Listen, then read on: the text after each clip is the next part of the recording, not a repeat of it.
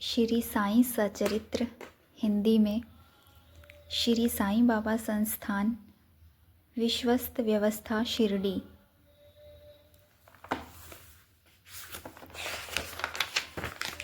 श्री साईं सचरित्र श्री साईं बाबा की अद्भुत जीवनी और उनके अमूल्य उपदेश। आज के अध्याय में हम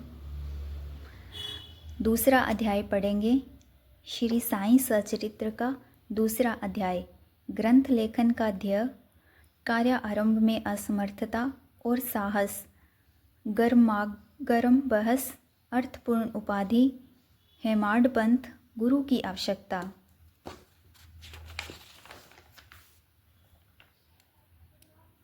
अध्याय दूसरा, ग्रंथ लेखन का ध्येय, कार्य आरंभ में असमर्थता और साहस, गर्मागर्म बहस, अर्थपूर्ण उपाधि, हेमाड पंथ, गुरु की आवश्यकता।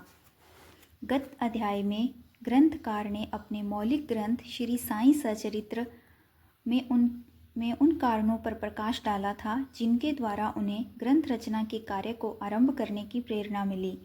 अब वे ग्रंथ पठन के योग्य अधिकारियों तथा अन्य विषयों का इस अध्याय में विवेचन करते हैं।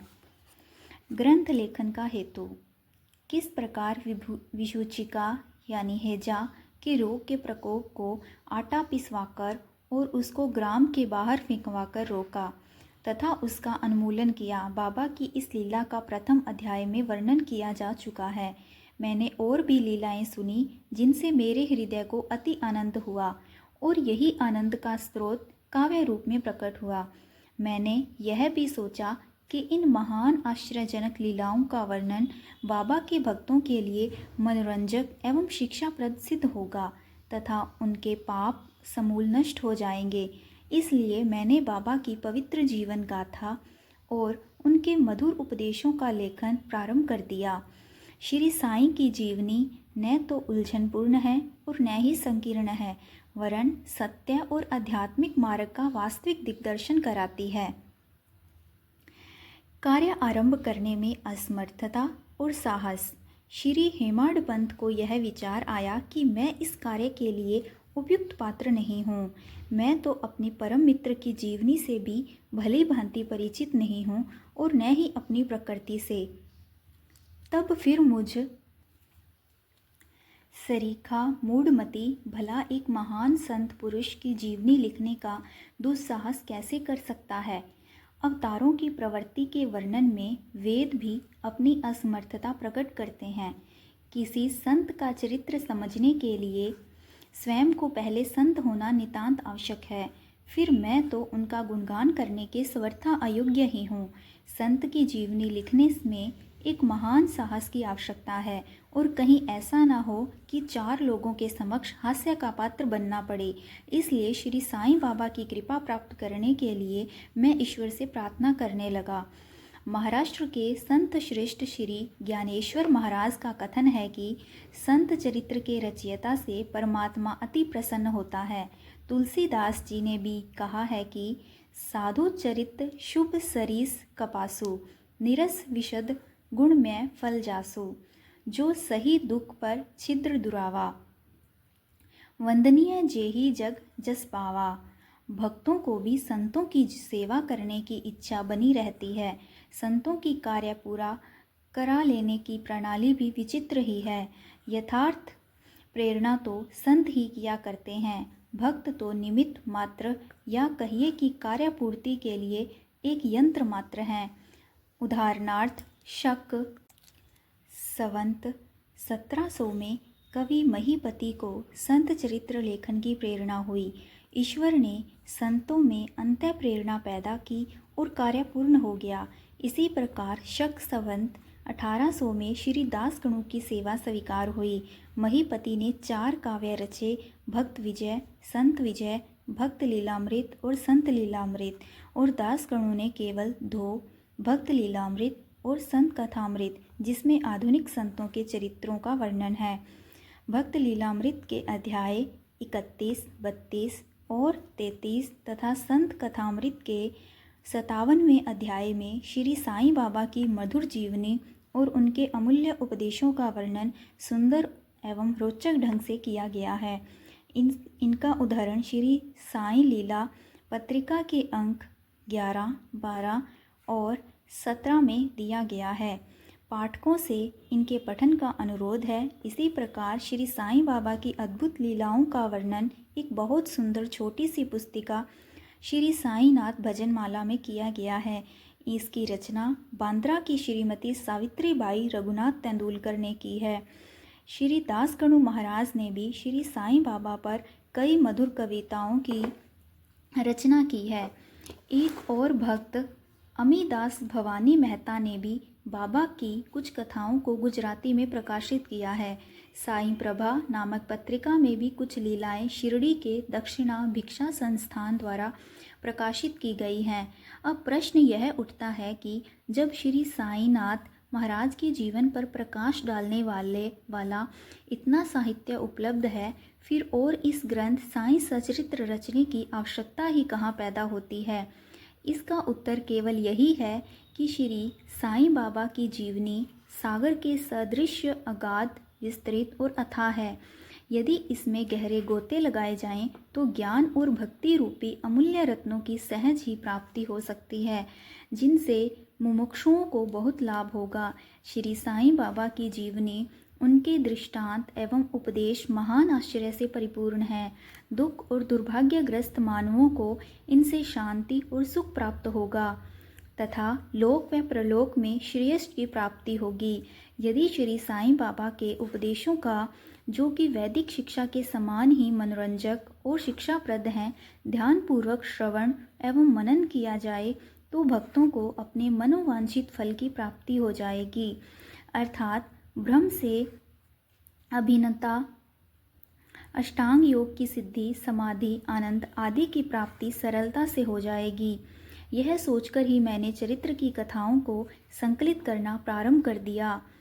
साथ ही यह विचार भी आया कि मेरे लिए सबसे उत्तम साधना भी केवल यही है। जो भोले भाले प्राणी श्री साईं बाबा के दर्शनों से अपने नेत्र सफल करने के सौभाग्य से वंचित रहे हैं, उन्हें यह चरित्र अति आनंददायक प्रतीत होगा। अतः मैंने भी अपना अहंकार उनके श्री चरणों पर न्यौछावर कर दिया। मैंने सोचा कि अब मेरा पथ अति सुगम हो गया है और बाबा मुझे इहलोक और परलोक में सुखी बना देंगे।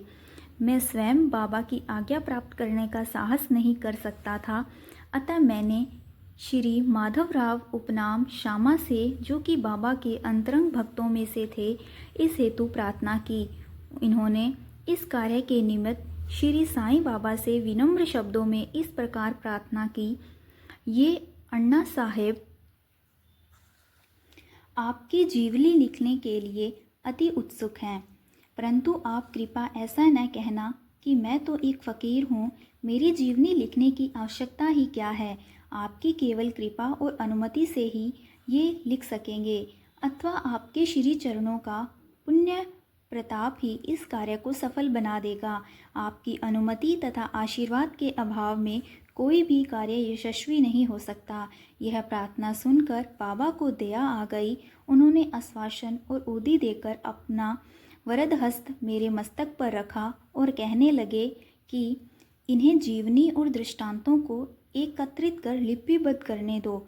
मैं इनकी सहायता करूँगा। मैं स्वयं ही अपनी जीवनी लिखकर भक्तों की इच्छा पूर्ण करूँगा, परंतु इनको अपना अहम त्याग कर मेरी शरण में आना चाहिए। जो अपने जीवन में इस प्रकार आचरण करता है, उसकी मैं अत्यधिक सहायता करता हूँ। मेरी जीवन कथाओं की बात तो सहज है, मैं तो इन्हें घर बैठे अनेक प्रकार से सहायता पहुँचाता हूँ। जब इनका अहम पूर्णतः नष्ट हो जाएगा और खोजने पर लेश मात्र भी न मिलेगा, तब मैं इनके अंतःकरण में प्रकट होकर स्वयं ही अपनी जीवनी लिखूँगा। मेरे चरित्र और उपदेशों के श्रवण मात्र से ही भक्तों के हृदय में श्रद्धा जागृत होकर सरलतापूर्वक आत्मानुभूति एवं परमानंद की प्राप्ति हो जाएगी। ग्रंथ में अपने इस मत का प्रतिपादन और दूसरों का खंडन तथा अन्य किसी विषय के पक्ष या विपक्ष में व्यर्थ के वाद विवाद की कुचेष्टा नहीं होनी चाहिए। अर्थपूर्ण उपाधि हेमाडपंथ। वाद विवाद शब्द से हमको स्मरण हो आया कि मैंने पाठकों को वचन दिया है कि हेमाड पंथ उपाधि किस प्रकार प्राप्त हुई, इसका वर्णन करूँगा। अब मैं उसका वर्णन करता हूँ। श्री काका साहेब दीक्षित व नाना साहेब चंदोरकर मेरे अति घनिष्ठ मित्रों में से थे। उन्होंने मुझे शिरडी जाकर श्री साईं बाबा के दर्शनों का लाभ उठाने का अनुरोध किया। मैंने उन्हें वचन दिया, परंतु कुछ बाधा आ जाने के कारण मेरी शिरडी यात्रा स्थगित हो गई। मेरे एक घनिष्ठ मित्र का पुत्र लोनावला में रोगग्रस्त हो गया था। उन्होंने सभी संभव आदि भौतिक और आध्यात्मिक उपचार किए, परंतु सभी प्रयत्न निष्फल हुए और ज्वर किसी प्रकार भी कम न हुआ। अंत में उन्होंने अपने गुरुदेव को उसके सिरहाने बिठलाया, परंतु परिणाम पूर्ववत ही हुआ। यह घटना देखकर मुझे विचार आया कि जब गुरु एक बालक के प्राणों की भी रक्षा करने में असमर्थ है, तब उनकी उपयोगिता ही क्या है, और जब उनमें कोई सामर्थ्य ही नहीं, तब फिर शिरडी जाने से क्या प्रयोजन। ऐसा सोचकर मैंने यात्रा स्थगित कर दी, परंतु जो होना है वह तो होकर ही रहेगा, और वह इस प्रकार हुआ। प्रांताधिकारी नाना साहिब चंदोरकर बसई के दौरे पर जा रहे थे। वे ठाणा से दादर पहुँचे तथा बसई जाने वाली गाड़ी की प्रतीक्षा कर रहे थे। उसी समय बांद्रा लोकल आ पहुँची, जिसमें बैठकर वे बांद्रा पहुँचे तथा शिरडी यात्रा स्थगित करने के लिए मुझे आड़े हाथों लिया। नाना साहब का तर्क मुझे उचित तथा सुखदायी प्रतीत हुआ, और उसके फलस्वरूप मैंने उसी रात्रि शिरडी जाने का निश्चय किया और सामान बांधकर शिरडी को प्रस्थान कर दिया। मैंने सीधे दादर जाकर वहां से मनमाड़ की गाड़ी पकड़ने का कार्यक्रम बनाया। इस निश्चय के अनुसार मैंने दादर जाने वाली गाड़ी के डिब्बे में प्रवेश किया। गाड़ी छूटने ही वाली थी कि इतने में एक यवन मेरे डिब्बे में आया और मेरा सामान देखकर मुझसे मेरा गंतव्य स्थान पूछने लगा। मैंने अपना कार्यक्रम उसे बतला दिया। उसने मुझसे कहा कि मनमाड़ की गाड़ी दादर पर खड़ी नहीं होती, इसलिए सीधे बोरी बंदर से होकर जाओ। यदि यह एक साधारण सी घटना घटित न हुई होती तो मैं अपने कार्यक्रम के अनुसार दूसरे दिन शिरडी न पहुंच सकने के कारण अनेक प्रकार की शंका कुशंकाओं से घिर जाता, परंतु ऐसा घटना न था। भाग्य ने साथ दिया और दूसरे दिन 9-10 बजे के पूर्व ही मैं शिरडी पहुंच गया। यह सन 1910 की बात है, जब प्रवासी भक्तों के ठहरने के लिए साठेवाड़ा ही एकमात्र स्थान था। तांगे से उतरने पर मैं साईं बाबा के दर्शन के लिए बड़ा ललायित था। उसी समय भक्त प्रवर श्री तात्या साहेब नूलकर मस्जिद से लौटे ही थे। उन्होंने बतलाया कि इस समय श्री साईं बाबा मस्जिद के मोड़ पर ही हैं। अभी केवल उनका प्रारंभिक दर्शन ही कर लो और फिर स्नानादि से निवृत्त होने के पश्चात सुविधा से भेंट करने जाना। यह सुनते ही मैं दौड़कर गया और बाबा की चरण वंदना की। मेरी प्रसन्नता का पारावार न रहा। मुझे क्या नहीं मिल गया था। मेरा शरीर प्रफुल्लित सा हो गया।